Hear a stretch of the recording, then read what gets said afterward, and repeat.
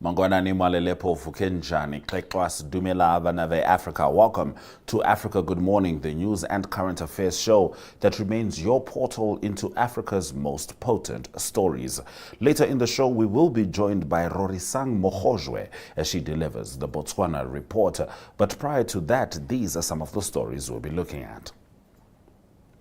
Cameroon's Paul Biya, unseen for 58 days, reshuffles military leadership. Mali's former Prime Minister Moussa Mara released from prison. Amnesty urges South Africa to halt anti-migrant vigilante harassment. And Africa's strongest passports in 2026 include Seychelles at the top of the list. And we know that right now the biggest tournament happening in the world is the Women's Africa Cup of Nations, and Banyana are picking up momentum after a 1-0 win against Burkina Faso. Tanzania suffering a 2-0 defeat to Cote d'Ivoire. Stick around to the end of the show as we will bring you those highlights right here on DStv 285, GOtv 25, oneup2.com, Network Media Hub, and ntvafrika.my.na. My name is Ashwin Berry. Top stories shortly. Namibia is a land of movement, with waves that never stop reaching forward. Here, adventure is not something we search for. It is something we are born into. In every corner of this country, creativity rises, from artists, from athletes, from dreamers. And when the world comes to explore Namibia, they discover something extraordinary. Because when sport moves people, creativity moves ideas, and tourism moves the world toward us. Something powerful happens.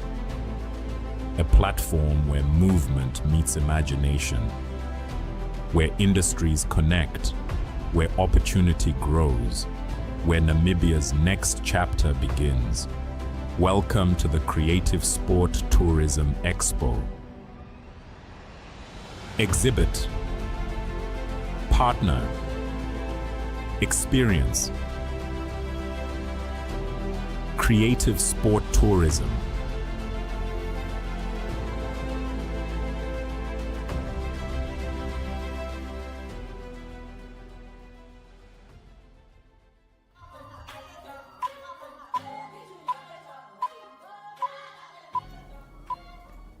All right, let's get into the top stories on Africa Good Morning. Cameroon's President Paul Biya has reshuffled senior military leadership while remaining out of public view for 58 days. 3 presidential decrees promoted the head of the Presidential Guard from Colonel to Brigadier General and replaced commanders in 4 of the country's 5 joint military regions. The decrees signed on Monday were announced on national radio. Biya left Cameroon on June 7 for what the civil cabinet described as a brief private stay in Europe and has not returned. Government spokesperson René Emmanuel Sadi did not respond to requests for comment, but told French broadcaster RFI on Sunday that the president is alive and will soon return. The appointments also included a new Rapid Intervention Brigade commander, the promotion of Major General Ebaka Hippolyte to Major General of the Armed Forces General Staff, several colonels becoming brigadier generals, and changes to motorized infantry brigades. Cameroon's ruling party held a rare senior leadership meeting last month as criticism grew over Biya's absence. Biya, who is 93 years old, has ruled the oil and cocoa producing country since 1982. Former Malian Prime Minister Moussa Mara has been released from prison, he announced at the weekend in a video posted on Facebook. Mara had been sentenced in October 2025 to 2 years, comprising 1 year in prison and a 2nd year on probation over a social media post criticizing restrictions on democracy imposed by the military government. He had been detained in August 2025 and charged with undermining the credibility of the state and spreading false information. Before his detention, Mara had been summoned repeatedly over another social media post published in July 2025, in which he expressed solidarity with government critics who had been jailed. His imprisonment followed his criticism of the authorities at a time when public opposition to the military government faced restrictions. Mara, who was among the few public figures in Mali who openly criticized the military government led by Assimi Goïta, his release brings to an end the prison portion of the sentence handed down against him in October after his detention and prosecution over his social media criticism and expressions of solidarity with jailed government critics publicly. Now, Amnesty International South Africa has urged the government of South Africa to stop vigilante groups unlawfully targeting migrants, business owners and communities, warning that harassment based on nationality or perceived immigration status violates human rights and the rule of law. Reported abuses include illegal demands for identification documents, intimidation, forced evictions from businesses and homes, and public shaming. In some cases, police accompanying protesters have allegedly stood by as suspected undocumented migrants were removed from homes and possessions damaged or looted. Executive Director Shanila Mohammed said the state's failure to act decisively has created the impression that rights may be violated because of nationality or perceived status. Amnesty called for effective investigations, prosecutions, and accountability, including investigations into alleged police failures or complicity. The Immigration Act gives no private individual or group authority to enforce immigration law, demand documents, enter private property, or remove people. Now, Seychelles and Mauritius, they remain Africa's strongest passports in 2026 global rankings, according to Henley and Partners, with South Africa leading mainland African countries. Passport strength is measured by the number of destinations holders can enter without obtaining a visa in advance. Seychelles ranks 23rd globally, providing visa-free or visa-on-arrival access to 155 destinations, unchanged in number despite rising from 26th place last year. Mauritius is 26th globally with access to 148 destinations, climbing from 29th in 2025. South Africa ranks 49th with 101 destinations, followed by Botswana in 61st place with access to 81. Namibia is 5th in Africa and 65th worldwide, giving citizens access to 74 destinations. Lesotho follows in 66th place globally with 73 destinations. Morocco and Eswatini share 67th place, each providing access to 71 destinations. Kenya and Malawi both rank 68th globally, with their passports offering visa-free or visa-on-arrival access to 70 destinations. The rankings place Seychelles, Mauritius, South Africa, Botswana, Namibia, Lesotho, Morocco, Eswatini, Kenya, and Malawi as Africa's top 10 passports for 2026. That being said, the rankings may say what they wish to say. What I would like to say is that you should visit Africa today. You're still with Africa Good Morning. Shortly, Rorisang Mogojwe says Dumela from Botswana in Gaborone as he delivers the Botswana report.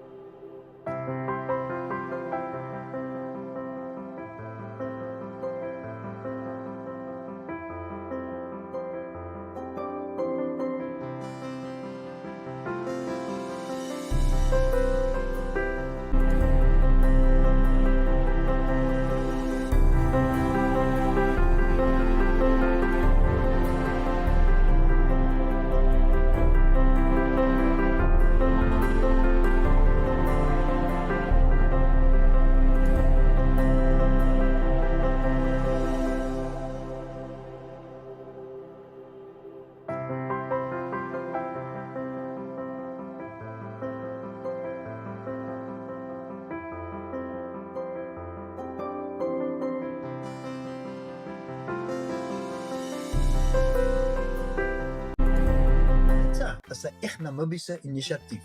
Ons reis op die hartklop van Afrika en vertel stories van mense en hulle dorpe op verskeie platforms insluitende televisie en sosiale media. Dit is joune, syne, julle en ook almal van hulle aan die ander kant van ons grense sinne en dit maak Aitsa 'n lekker ding. Kyk Aitsa maande om 18:30 op ntv102.com as ook op Netwerk Media Hub en NTV Afrikaans se YouTube kanale. Volg ons op Facebook of besoek ons webwerf by ntvafrika.my.na.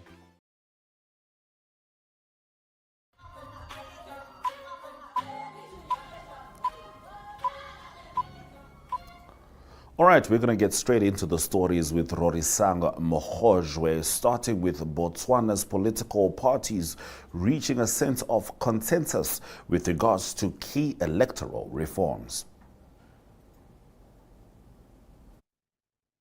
Thank you very much, Ashwin. So the proposals were adopted during the all-party conference, which was held on Monday, and this conference brought together representatives from the different political parties across the political spectrum to review the country's electoral framework. Now, among the key recommendations is the decentralization of vote counting, with parties supporting a system where ballots are counted at individual polling stations rather than at centralized counting centers. Supporters of this proposal say this would improve transparency, allow for quicker announcement of results, as well as strengthen public confidence in the electoral process. Because this was actually one of the aims or objectives of convening the all-party conference, in order to come up with measures or solutions that would improve public confidence in the country's electoral processes or the democratic process that essentially governs the country. And so the conference also endorsed the introduction of transparent ballot boxes as an additional measure to improve this public trust and accountability during the voting process. Now, other recommendations include, party observers being accredited to monitor voter registration processes, which then means this would extend oversight beyond election day and throughout the electoral cycle. The conference also proposed expanding the identification documents accepted at polling stations, which means that voters will now be allowed to use documents such as a driver's license or passport alongside their existing voter identification cards. Now, these recommendations will now form part of the ongoing review of the country's Electoral Act and will be considered as government as well as stakeholders work towards strengthening Botswana's electoral system. And what is expected to happen now is that a follow-up meeting will be held or has been scheduled for September in order to continue discussions on these proposed reforms and just map or chart the way forward.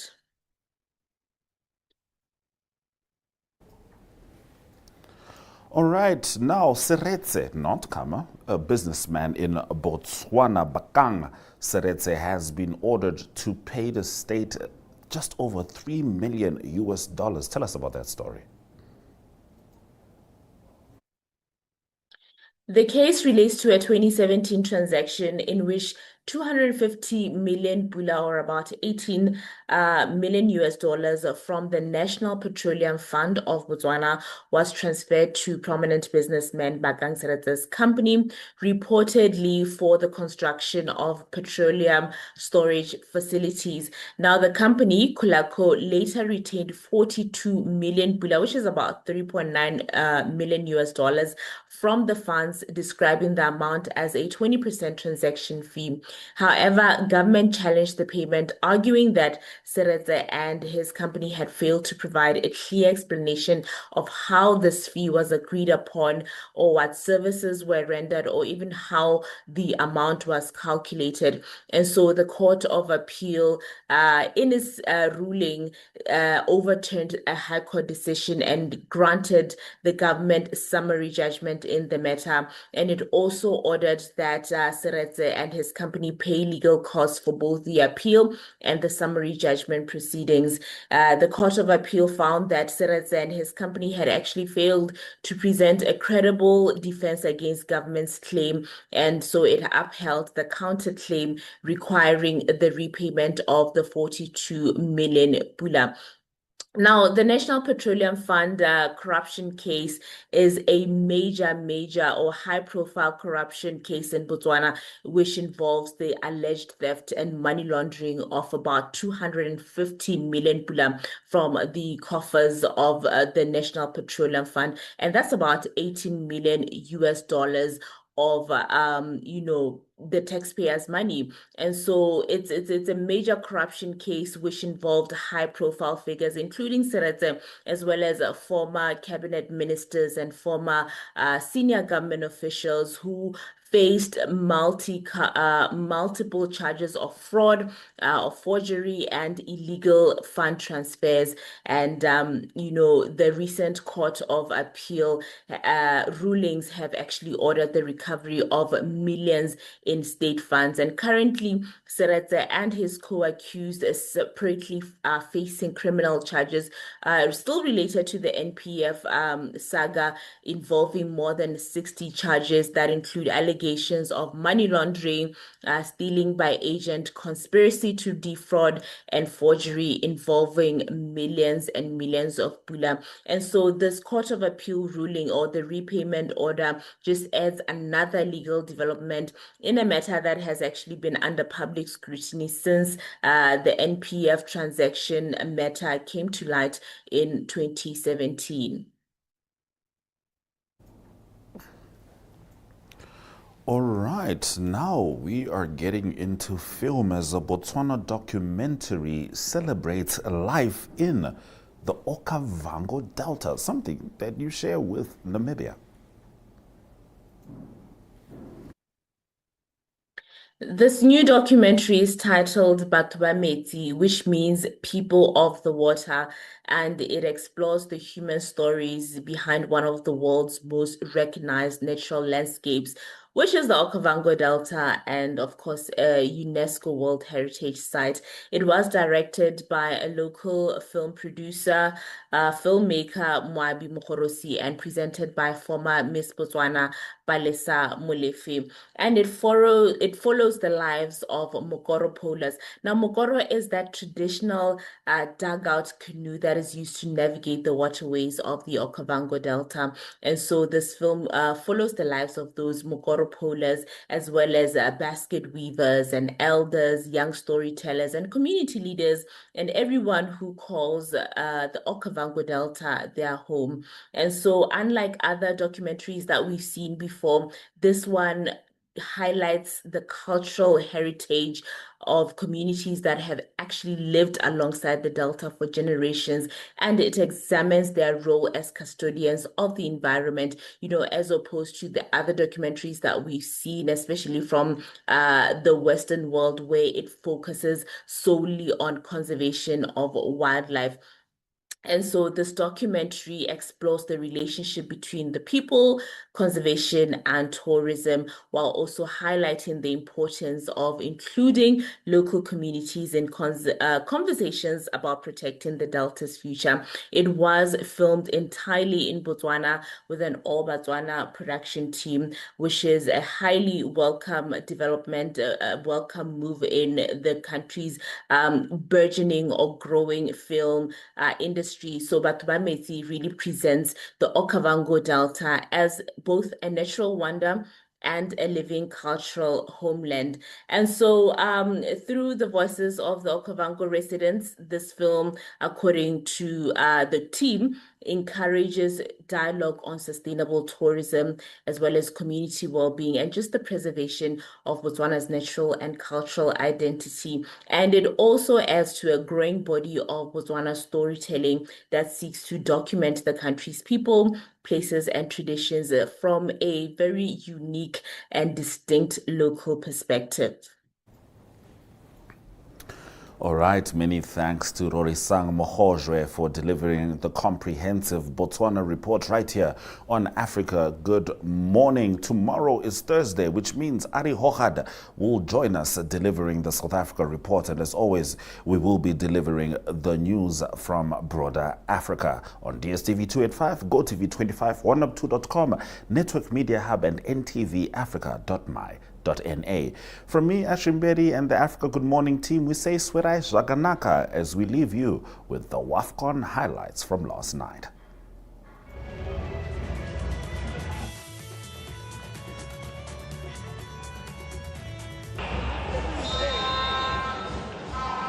So, Burkina Faso will only go through as a bit of Ludwig. Here is Ludwig, no flag as yet. Begaya dinking it up towards the battle with Namalodi Sundowns back. So the serial South African champions, and that's a mistake on the back of Burkina Faso.